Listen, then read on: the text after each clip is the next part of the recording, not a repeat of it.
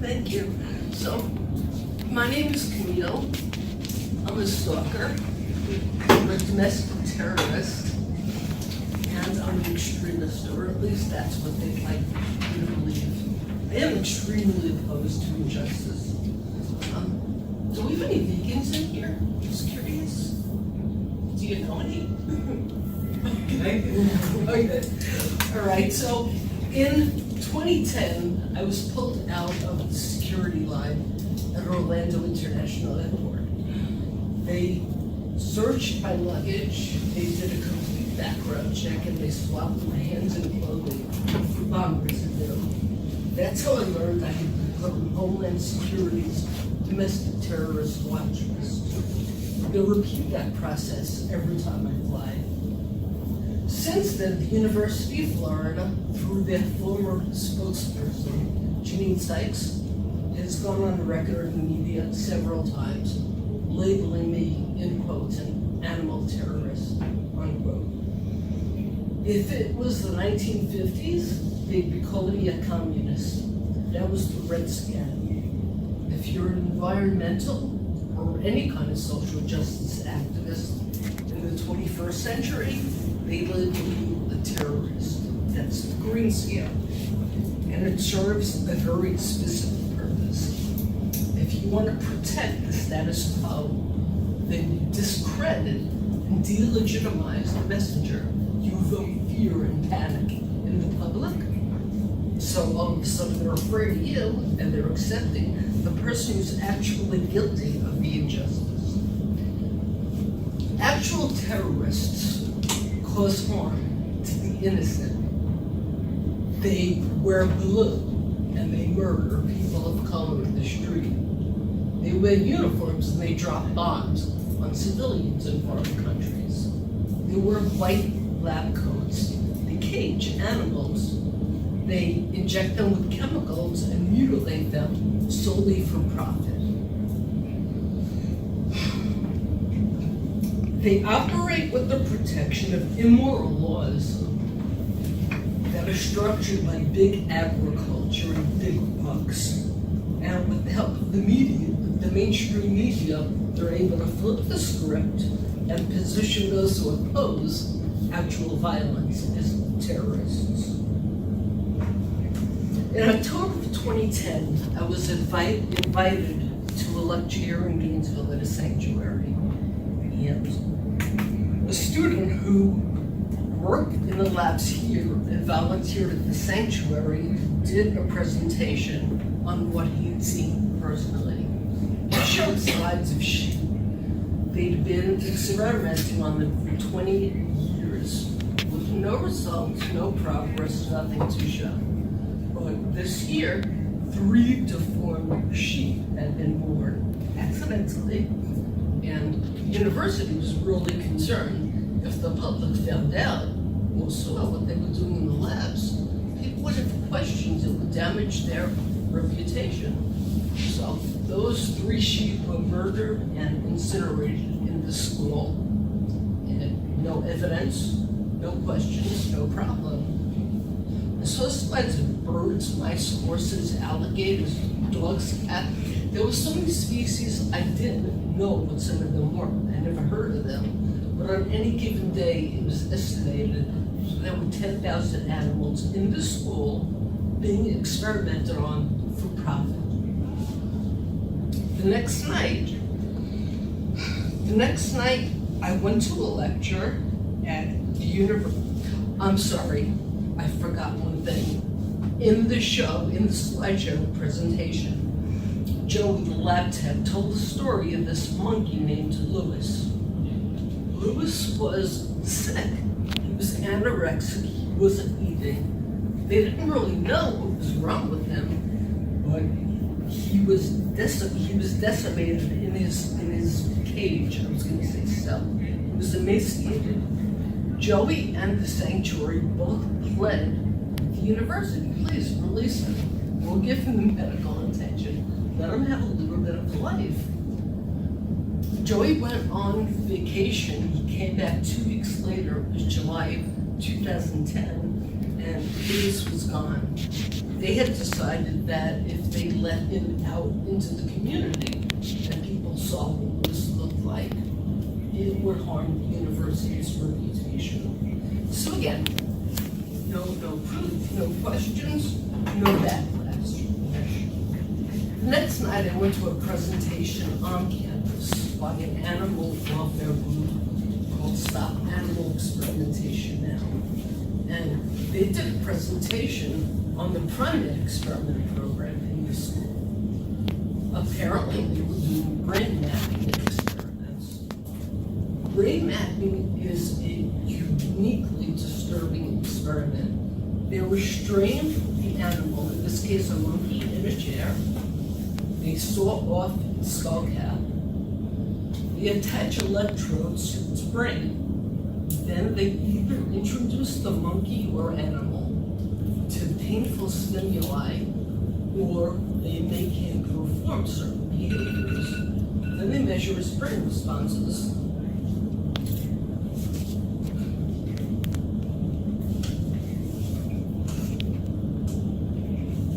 So I went home. I was pretty much determined that this is an hour away from where I lived.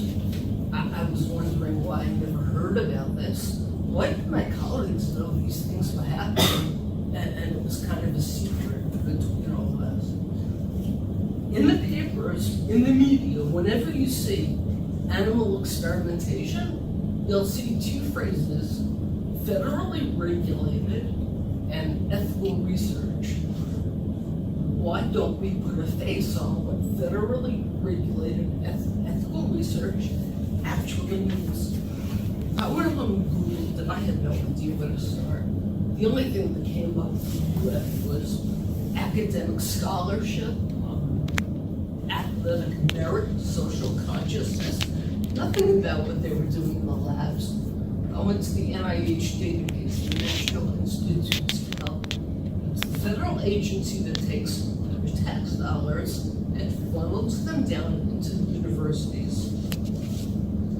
So, indeed, according to the NIH database, a professor at this school, Ming Xiaoding, was receiving federal annuities to do brain mapping experiments.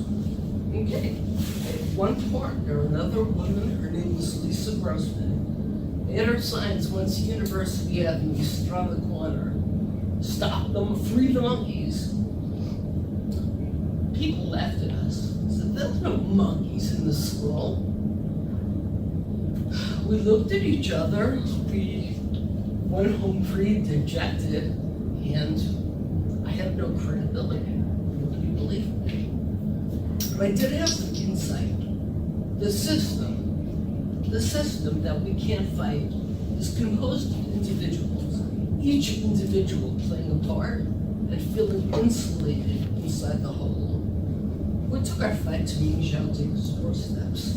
It is Halloween, and we're two middle-aged women with the antennas and trick-or-treat bags. We went door to door and spoke to all of his neighbors, gave them information about exactly what this man was doing to monkeys in the laboratory. And we went home feeling pretty good that day. And the next day, the Gainesville Sun published an article that a local animal rights extremist had started a campaign harassing researchers, human researchers. Now, if a newspaper reports on a pedophile and people get angry, nobody gets angry at the newspaper, they get mad at the criminal. But in this case, because people were angered by what we said about Ting, I was a terrorist. I was harassing him and inciting anger. You know, people should be angry. If you're torturing the innocent behind closed doors, people should be angry. Janine Sykes did, however, say one other thing. I didn't know what I was talking about. They weren't doing brain mapping experiments in UF. She wasn't entirely wrong. I didn't know what I was talking about. How could they be collecting hundreds of thousands of dollars for this experiment that wasn't happening? I went home and filed my first public records request. The university, contrary to Florida state law, said, you can't have those records. They remained in non-compliance with the laws of the state for years. Then I found out that they weren't only doing it with me, the Sierra Club, they were withholding environmental records from the Sierra Club. But they had lawyers and money, so they knew they should go sue. They sued, they just won their first lawsuit. I said, that's it. Called their lawyer, who referred me to Marcy Lohartley too. She sued the university in my name, and I won my first lawsuit against them on December 30th, 2011. The court compelled them to hand over lab records, pictures of the monkeys, protocols, budget documents. You have complied. They printed out about 1,000 pages of electronic records, probably tossed them up in the air, let them land in 3 or 4 cardboard boxes. So here you go. So Lisa and I sat around my kitchen table that weekend, sorting it out until everything made sense. And at that point, everything changed. You have worked really, really hard to keep their lab secret, and now we were gonna blast the doors open and let everyone begin. It became, it was intentionally obscured, but it became obvious that Ning Xiaoding was not, in fact, doing brain mapping. He was only collecting money for it. The experiments were being done in New York. Now, to be clear, I don't know, still to this day, technically, that is fraudulent, but it's one of those pesky little details that people didn't need to know. So Lisa and I went back to University Avenue. This time we had the pictures, we had the information, we had the documents, and nobody was laughing. People went angry and shocked.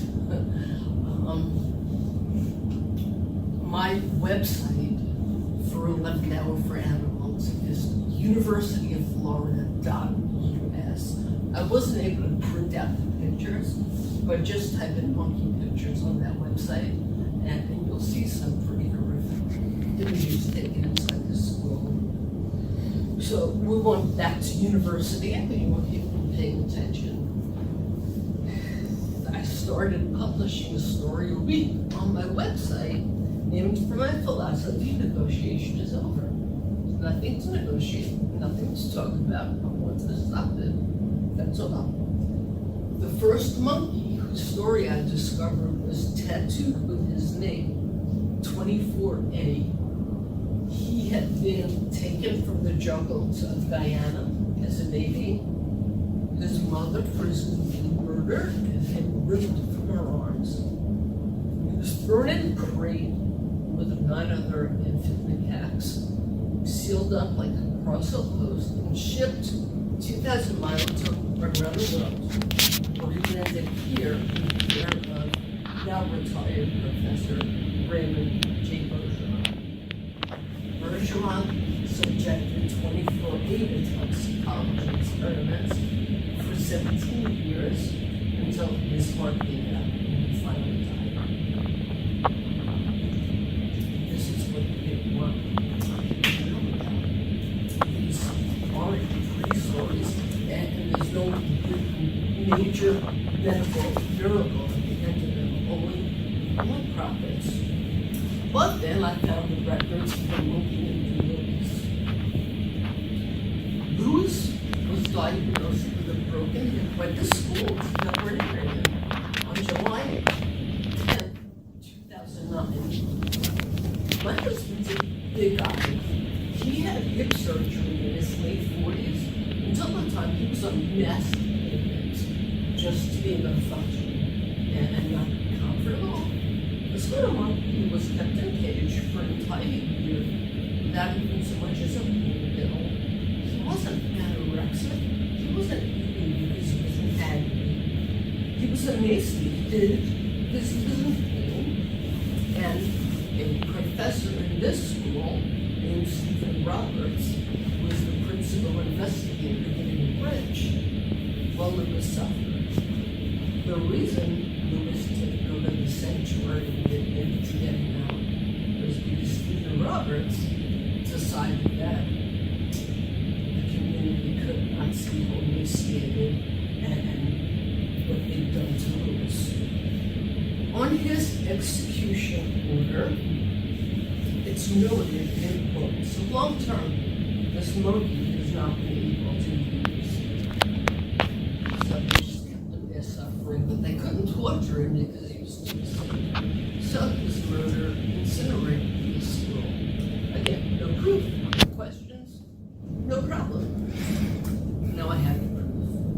And now there were questions, and now UF had a problem. So what do you do if you're UF and hundreds of millions of dollars in grants a year are being threatened? You yell, terrorist. 5 weeks after I won that lawsuit, February 4th, 2012, there were 40 people this time, not the two of us. There were 40 people gathering at an alumni event for Lewis, the monkey, who did a mock funeral. I was surrounded by UFPD and Gainesville PD officers and UF Detective Jeff Moran walked up to me and said, "You know who I am?" He said, "Camille Marino, you're under arrest for an out-of-state warrant." Apparently, I did have a civil contempt charge out of Detroit for civil disobedience, even though I'd never stepped foot in the state. UF had that civil charge upgraded to criminal contempt, had to be prosecuted, paid for me to be incarcerated in Alachua County for 3 weeks before they paid for my extradition out of the state to Michigan. But you need to understand how intent they were to shut us down. I'm standing on the corner in cuffs for the first time in my life. And 10 minutes later, I see them ushering Lisa Grossman over to me, my partner, and she's in cuffs. She was arrested that night for standing on the sidewalk with an expired driver's license. Not that big. She was let out the next day, but their mandate that night was to shut down that protest. It was about keeping her in jail. Since that night, I've been arrested over a dozen times, 6 or 7, mandated solely by the University of Florida. Bergeron filed a false complaint in Alachua. They bring it up. I've been extradited twice. They tried with every ounce of real legal power they had to put me in prison for 10 years, but they always succeeded in keeping me there a little over 7 months in the world. But what they did do is when I came back from Michigan, I was on probation here. They went to my probation officer and had my probation amended. So that if I even mentioned the University of Florida, if I handed out a go vegan leaflet, if I went on the internet at all, I had mandatory 5 years in prison.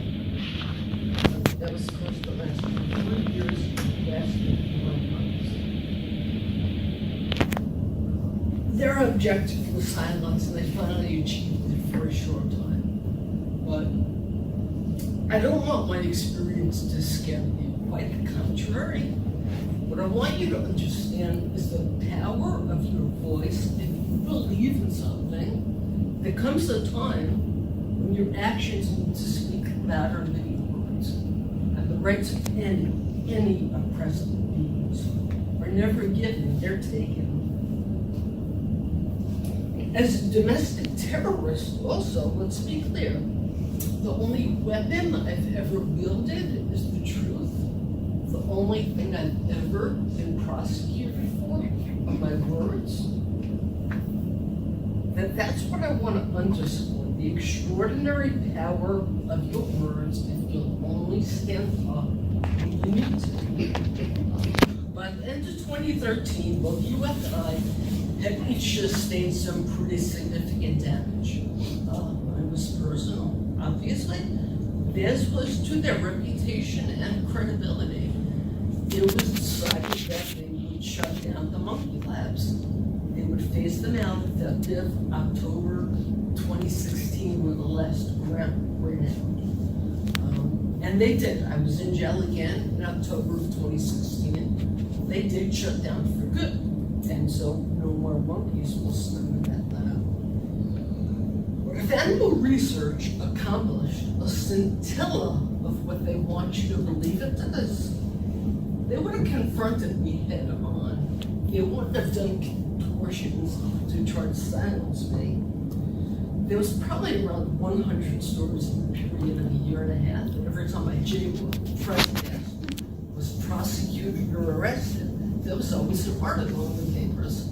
And of course, if you're going to mention any, you have to mention the monkey labs inside UF.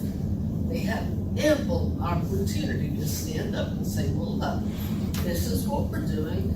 Look at the monkeys. We treat them well. Except they don't treat them well. They torture them. They accomplish nothing. It's a multi-billion-dollar scam. And once you put a face on what they would like people to believe is ethical research, they have nowhere to hide except to shut you up. By the time the labs were finally phased out, a new administration was in place in UF. I have it confirmed by more than one source in the school that they're largely embarrassed by the animal labs. And the only reason they really still have a large vivisection program in the school is because people like Stephen Roberts and the vivisectors getting rich collecting these grants in the area of $400 million a year. But this administration cares more about your education, they care about your politics, they care about what you think. At least this is what I am told from people I trust. And if you were to stand up for the animals or anything in this school, I suspect you can accomplish a whole lot more than I ever did or ever will in this school. Keep in mind that what I described defies any semblance of decency or morality, and therefore cannot justify any end. A monumental immorality while people continue to die of heart disease, diabetes, stroke, and vivisection has not made a dent in any of it. Well, we know that maybe a plant-based diet would. As of 2017, the latest numbers I have from the USDA, there were 14 horses, 43 dogs, 40 cats, some of which are now being bred in the schools, so there could be hundreds of dogs and cats. There were goats, rabbits, pigs. As I said, the administration is also embarrassed. They're already embarrassed by this.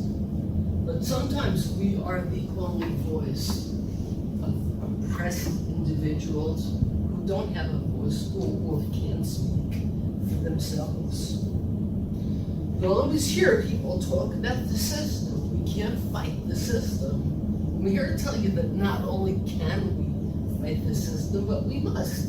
We can either be defined by the injustice around us, or we can take personal responsibility and define the world that we choose to live in. I appreciate your time and attention. Thank you.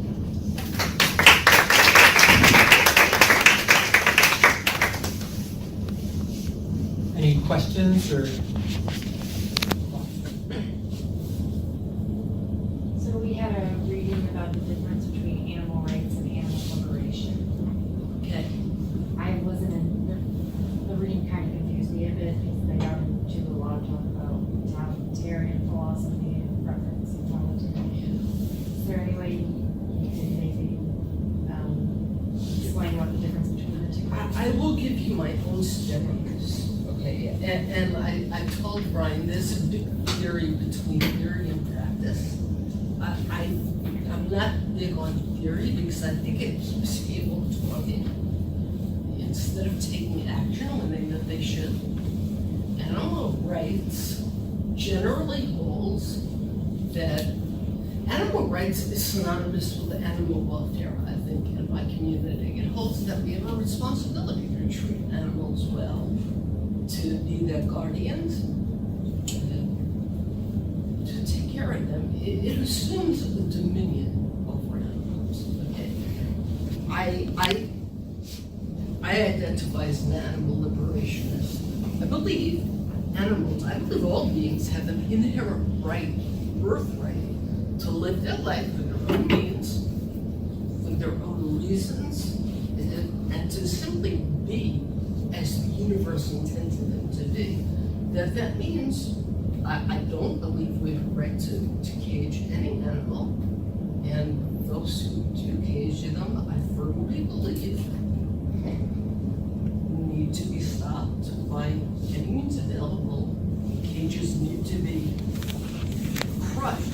Now, I get this. What happens if we free farm animals or free animals that can't take care of themselves? Don't we have a responsibility to them? My basic belief is that nature will balance itself out.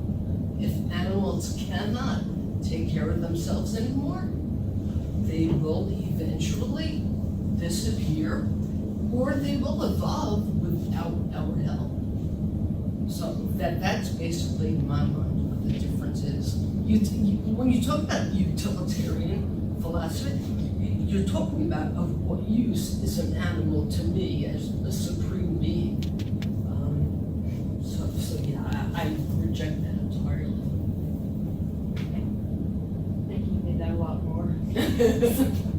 Or not simple, but a lot more. Yeah, I'm not a theorist.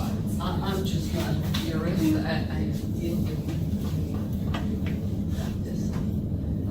So in our class earlier, we were talking about how there can sometimes be a disconnect between the environmental justice movement and the animal rights movement, because a lot of them are used in some of the explanations of why treating certain people aren't right is because we say like, oh, we're treating them like animals, and then there's a disconnect between how we're supposed to be treating animals and how we treat humans. Do you see that there's any way to reconcile that, or kind of like see how both movements can work together for like a mutual kind of agreement in that way? Animal and environmental activism is very much married. I believe the biggest environmental disaster that we have right now is factory farms. So in practical terms, there's very much a marriage. In terms of this use of language, and I have to catch myself doing it, it's so ingrained in our culture, sick as a dog or killed two birds with a stone, it reinforces this idea of humans having dominion or being superior to animals. When look, we are animals. We're only a different species. We're not human. We're human animals as opposed to non-human. So I think being aware of the words we use is a good place to start, just in general. In my experience, with underground arms called the Animal Liberation Front and the Earth Liberation Front, that they are actors that operate outside the law.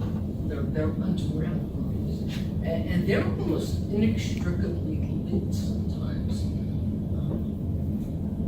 Yeah, I don't know if that answers you, but that's kind of my take on it. Yeah. Thank you.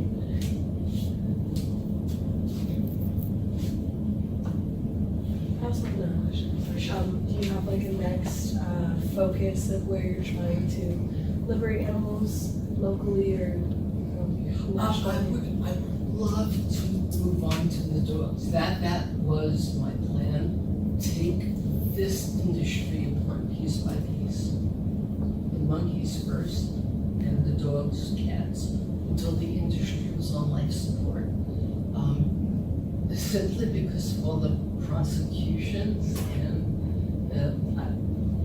author, well, uncensored, it's my memoir about the past decade, and it also explains a lot about sabotage within the movement. So I had a very, very high profile in the movement, and so my work was undermined by other alleged activists. The short answer is that I'm not in a position right now to go after UF anymore, although that is what I would ultimately like to do.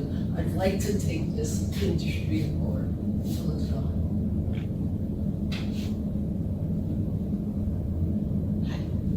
So you were saying that it was just for profit and not for like any sort of medical discovery. Do you still think it's wrong? Like, are you trying to liberate it from all sorts of, like, how do you feel about when they're actually when animals are being used and it does really benefit humans as well? And it does sometimes. I will not deny that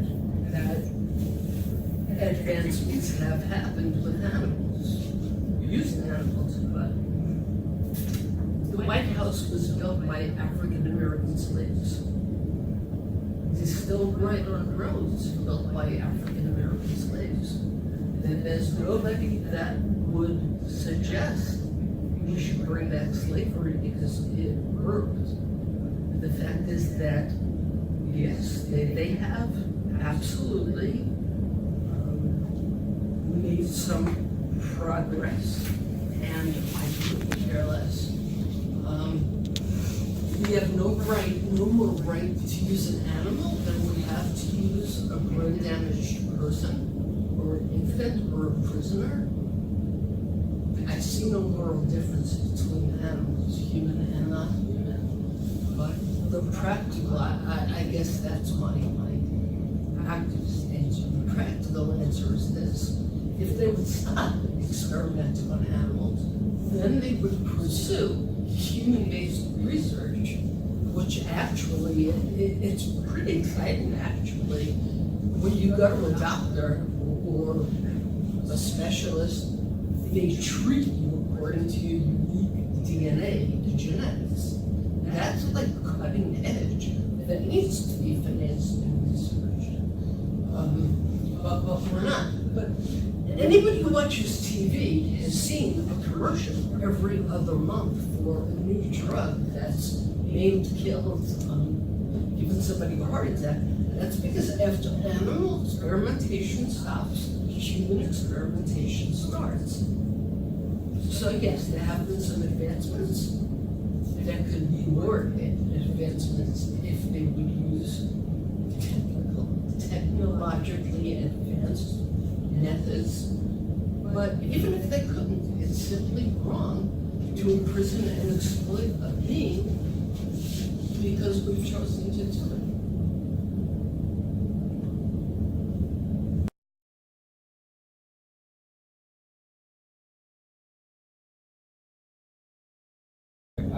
If I might ask about so UF has given in on monkeys. Yes. And that took a huge amount of effort, a number of legal fights. Do you feel like the activism and the legal work were one and the same, or do you see them kind of as different aspects of the same campaign occurring simultaneously? Like, how did that unfold? Because it was really successful in the long run. I'm so glad you asked that because I meant that's one of the points that I skipped over. Usually, activists, look, it's standard operating procedure that when an activist gets effective, you will get hit with a restraining order, you will get hit with a lawsuit, you will get hit with some kind of legal maneuver to silence you, because none of us are rich. As a rule, activists are not rich, so we can't fight these things. And so what happens is that, we pick our toys and go out. Well, what happens is that when they come in like that, I'm telling you, Brian, they're saying, look, this is effective, so stop doing it. So it's always been my theory that when they come after you, whatever you're doing, you need to do even more of. And really, I started this campaign in October 2010, so it took under 3 years before. It was tumultuous 3 years, but it took about 3 years to get them to really see those puppy labs as a liability. Again, I was an outsider. I wasn't inside the school. I had no voice here. Student body is a whole lot more power than I ever did. Out of curiosity, because I know your organization, it sounds like it focuses more on like quote unquote animal rights and getting them out of labs Yes. or fighting for, you know, animal abuse and all stuff like that. But does your organization also work with what's considered like green eco-crime, like mountaintop removal and stuff like that, that affects species, or do you work with organizations that address that? I don't personally, I do support those actors. And my organization at this moment is me. So I don't want to give any false impressions. My network was decimated by all of this. So it's me. And, you know, philosophically, I support those I support anybody who's going to go out there and fight to do what's right. Because I think a lot of people give lip service to ideas and very few go out there and actually make it happen. Do you see them as, even though they're labeled, stuff like that is labeled under like Terrorism. or Terrorism. yeah, like, you know, mountaintop removal, stuff like that, that is considered like an ecological issue? Do you think it also falls under like animal liberation or animal rights or something like that? It falls under social justice. Without the earth, the animals have no animals, us and non-human animals. We have no habitat. And the earth is being raped and devastated for profit. Purely to profit global corporations. I personally am unfamiliar with that issue, but I do know a lot of activists who've gone out there and set fire to bulldozers or sabotaged, lots of things that were damaging the environment. I absolutely support. Do you think you're more inclusive than when addressing specifically how our interactions as humans with non-human animals, as well as our interactions with the environment that affect non-human animals? Would it be better to pick, like, instead of having just separate things like animal rights versus environmental injustice, maybe animal justice, or That's a really good point. I think it's important, it really is important for all of us to understand that without rights for any one being, that none of us have rights. And that includes environmental or eco rights. So just as a mindset, I think there has to be this dynamic where we're all aware that we're working towards the same agenda. But it is such a huge issue that I personally tell people, advise people, to focus on very small issues, very focused issues, because that will consume all of your time and energy. But if each of us were focusing on one little issue at a time, I think we'd make substantial gains. If I might, building on that, any remaining questions? No questions like, what was it like to go to jail? what was it like to go to jail? Do you want my tip? Please. Oh God, I walked in there the first time, I was terrified. Every episode of Knock wrote one through my head. I was like, oh my God, if I look at somebody, they're gonna kill me. So I walked in like really as close as I could, staring at this piece of paper. And some girl, she was 19 years old, well, she's your first, right? Yeah. You know what, I made some of my best friends in jail. Because you know what, people in jail are there, not because they're criminals, because they maybe have drug problems, or they don't have the money to be able to buy their way out. That's what they're there. Was it like when jail. I don't want to go back, but I had fun in jail. You become sisters. There are some crazy people, and it gets dangerous. And you know, I read about some really bad incidents in my book. It also changes you because look, you're taking a person, putting them in a cage in an unnatural environment where there's violence all around you, there's stress. It changes you. And it's absolutely meant to break us financially, emotionally, and psychologically. So when you come out, I don't know anybody who's gone to jail and hasn't come out stronger. I would never have gotten up and stood here and talked to all of you today before I went to jail. I just am not afraid of anything anymore. Do you think that your experience being locked up made you understand and like distaste like caging animals a lot more?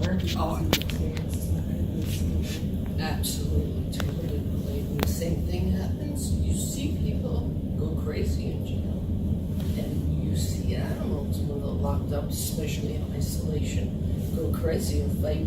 It's a mirror image. You know, I think it's torture to put a person in an isolation cell in a concrete cage and keep them there. It's torture to do it to an animal.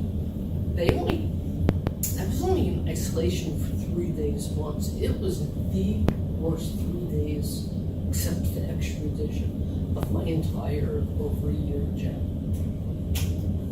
Out of curiosity, based on your stance with history with you of animal experimentation and time in prison about practice.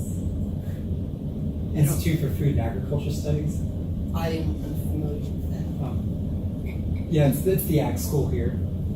And that was the one I was talking about with fight toxic prisons in Pagnotti and Oh, how okay. use of prison labor to function in large farms. Pagnotti was a great speaker, and I did a protest on him in Coleman, I told you, 2 or 3 years ago. It doesn't surprise me that they're using slave labor. What surprises me is that they're allowing you to talk about it. On my way